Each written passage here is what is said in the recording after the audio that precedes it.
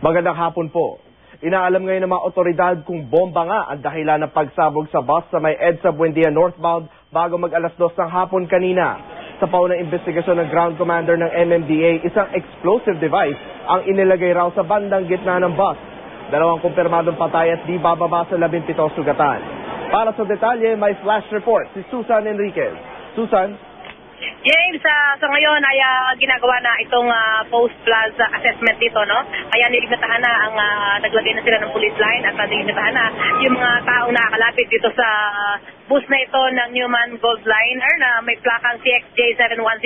Ito yung kaugnay pa rin ng ginagawang patuloy na investigasyon para alamin kung bomba nga ang sumabog dito sa naturang bus na naging dahilan ng pagkamatay ng dalawang katao. Sa ngayon, ayon dito kay Makati Mayor Jejomar Binay, Mayor Junjun Binay, ay 18 na ang sugatan sa nangyaring insidente habang patuloy pa rin ang kanilang ginagawang investigasyon at patuloy pa rin inaalam kung doon sa mga 18 sugatan ay may mga nasa critical na kondisyon dahil nga sa nakitang pinsala dito sa bus, yung gitnang bahagi nitong bus ay halos nabaluktot, samantalang wasak na wasak din naman ang harapang bahagi nitong bus na ito na naririto nga sa northbound lane ng EDSA sa pagitan ng Buendia at Ayala Avenue. Sa ngayon ay sarado pa rin at hindi pa rin nakakaraan ng anumang uri ng sasakyan dito sa northbound lane na ito ng EDSA.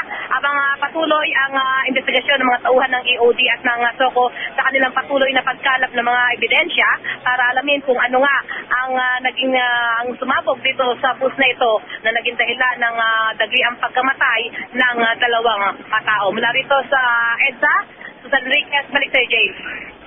Maraming salamat, Susan Enriquez.